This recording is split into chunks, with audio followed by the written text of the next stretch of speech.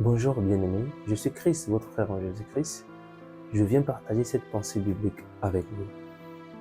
Depuis le début de cette semaine, nous sommes en train de parler sur un sujet intitulé « Le processus de la gloire ».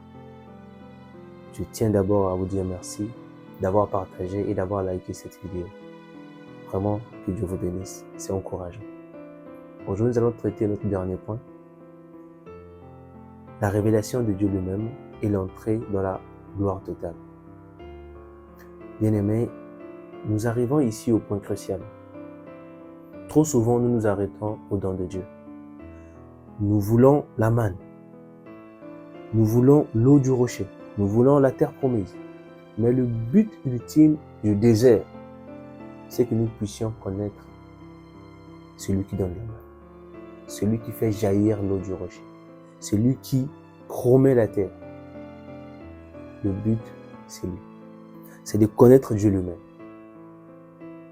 Le but ici, c'est de connaître Dieu lui-même. C'est pas que l'on se focalise sur la bénédiction. Écoute ceci. Exode 16, 6 à 12. Il y a une phrase, lorsque tu vas lire, tu vas remarquer, « Vous saurez que c'est moi, l'Éternel, votre Dieu. » À plusieurs reprises, Dieu répète cette phrase à travers l'épreuve. Vous saurez que je suis l'Éternel.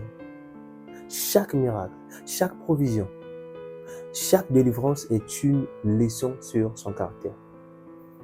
Il se révèle comme un père, comme un pourvoyeur, comme un guérisseur, comme un saint.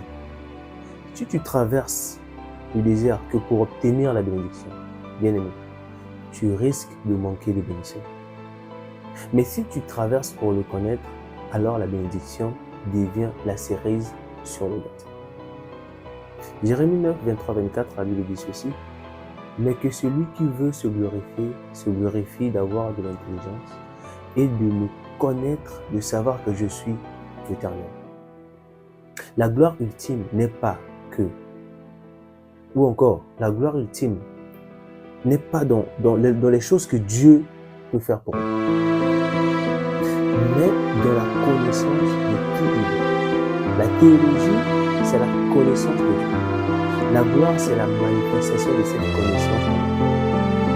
Le processus entier est conçu pour passer d'une relation de serviteur qui reçoit des ordres de provision à une relation, c'est-à-dire qui connaît le cœur du maître. Tu dois chercher à connaître le cœur. Tu dois chercher cette intimité. Arrêtons d'être ce genre de chrétien qui se focalise que sur la bénédiction. Beaucoup viennent à l'église que pour chercher le mariage. Tu ne cherches même pas à connaître qui est Dieu. Lorsque tu lis l'histoire des enfants d'Israël, dans Exode 16, tu vas remarquer une chose. Les enfants d'Israël ont fui Moïse sans connaître de quel Dieu il s'agissait. Parce que s'ils avaient la connaissance de quel Dieu il s'agissait, qu'ils allaient murmurer de cette manière, ou encore qu'ils allaient se comporter de cette manière. Parce que si aujourd'hui, nous avons du mal à faire même confiance à Dieu, c'est parce que nous ne le connaissons pas. Si aujourd'hui nous sommes en train de beaucoup douter de Dieu, parce que nous ne le connaissons pas. Si on se plaint trop, c'est parce que nous ne connaissons rien de lui. Mais ce que nous voulons, c'est que nous puissions chercher à le connaître, à ne pas seulement se focaliser sur la bénédiction, à ne pas seulement être à l'église, à ne pas seulement chercher le sang, de la gloire, de la gloire.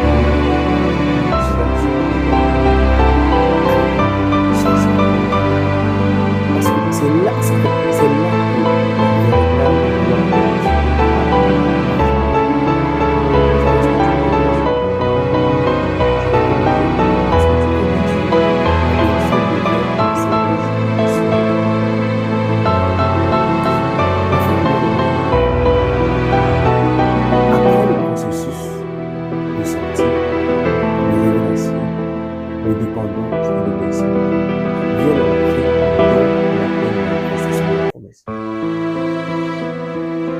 le symbole en est Canaan, le pays de Canaan, la promesse que Dieu avait faite aux enfants d'Israël.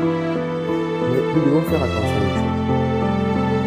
Lorsque vous lisez, vous allez remarquer ceci, que de tout ceux qui sont sortis de lui. Seule une nouvelle génération formée par le désert est entrée dans la terre promise. C'est pas tout le monde. Il y avait une nouvelle génération. La promesse est réservée à ceux qui ont persévéré dans la confiance et l'obéissance tout au long du processus. Tout au long du processus. Je répète, tout au long du processus. Lorsque tu as persévéré dans la confiance et l'obéissance, ce sont ceux qui sont entrés dans le camp. Josué 21, 43, 45. C'est ainsi que l'Éternel donna à Israël. Aucune de toutes les bonnes paroles que l'Éternel avait dites à la maison d'Israël n'était restée sans effet. Tout s'était accompli. La fidélité de Dieu est absolue. La fidélité de Dieu est absolue. Ses promesses sont certaines, mais l'entrée dans leur pleine réalité est conditionnée par notre persévérance. Ceux qui murmurent, qui regrettent l'Égypte, qui regrettent ce qu'ils possédaient, qui désobéissent, qui meurent dans le désert, non pas parce que Dieu est cruel.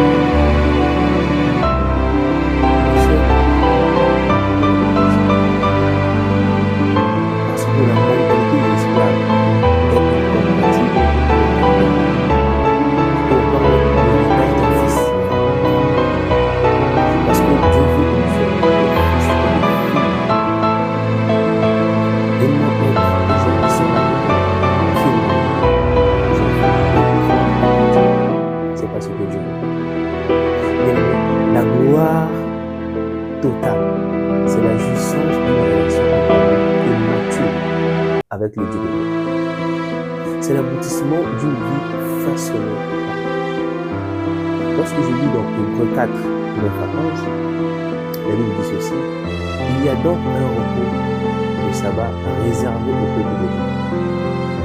Car celui qui entre dans le repos de Dieu se repose de ses œuvres, comme Dieu s'est reposé des siens. Empressons-nous, l'entrée dans la gloire, c'est le repos de la foi. L'aboutissement du processus, ce n'est pas un lieu paresseux, c'est un lieu d'accomplissement où l'on règne avec nous. Je vais conclure en disant ceci. Ce chemin, si clair illustré par Job, ne trouve pas sa véritable sens. Ou encore disons plutôt, ne trouve son véritable sens et son accomplissement quand Jésus-Christ. Il est à la fois la manne véritable. La Bible dit: je suis le pain de vie. Celui qui vient en moi n'aura jamais faim. Et celui qui croit en moi n'aura jamais soif. Il est notre provision quotidienne, notre soutenant.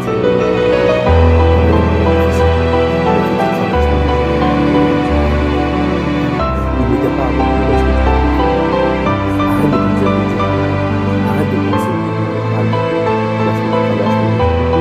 Lorsque tu as abandonné, lorsque tu as abandonné, lorsque tu as arrêté la course sur ce travail avec tes soutiens, lorsque tu as abandonné le péché pour le péché, lorsque tu as quitté cette foule que tu aimes beaucoup pour ce péché, lorsque tu es dans le désert, tu es patient. J'ai l'habitude de dire une chose: qu'un chrétien n'est jamais seul. On n'est jamais seul. Je le dis toujours, Dieu nous abandonne jamais. Il n'est pas un père qui part au travail et aller vivre chez nous. C'est pas ce genre de père. Il part au travail et aller vivre. Parce qu'il nous aime. Il nous aime de tout son cœur. Retiens ça. Tu ne l'es pas seul. Je vais ajouter ceci également, que le chemin vers la gloire du Père, dans Jean 14, 6, la Bible dit ceci: je suis le chemin, la vérité et la vie. Nul pas seulement un guide sur le chemin, il est le chemin lui-même. Le suivre, c'est embrasser le processus. Quand tu suis Jésus, tu embrasses le processus. Parce que suivre Jésus demande l'obéissance. C'est ce qu'on a parlé. Demande l'obéissance. Demande d'accepter la peine. C'est ce qu'on a parlé. Demande de se contenter de ce qu'il te donne. C'est ça, suivre Jésus. La promesse finale, bien aimée, n'est pas seulement une bien promesse. N'est pas seulement une maison. N'est pas seulement une bénédiction matérielle. N'est pas seulement le mariage que tu cherches. Mais la promesse finale, c'est la pleine communion. C'est cela la gloire ultime. Alors bien aimé, j'ai une question pour vous. Avant de finir.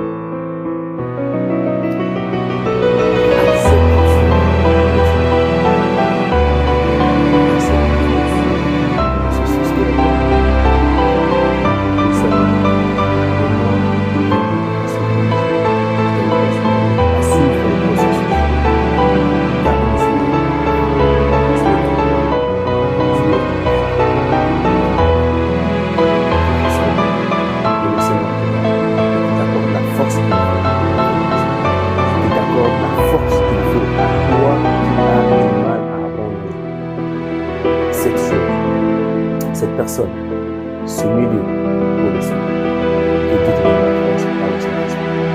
Que Dieu te donne la force par les prédications que tu écoutes, par la Bible que tu lis.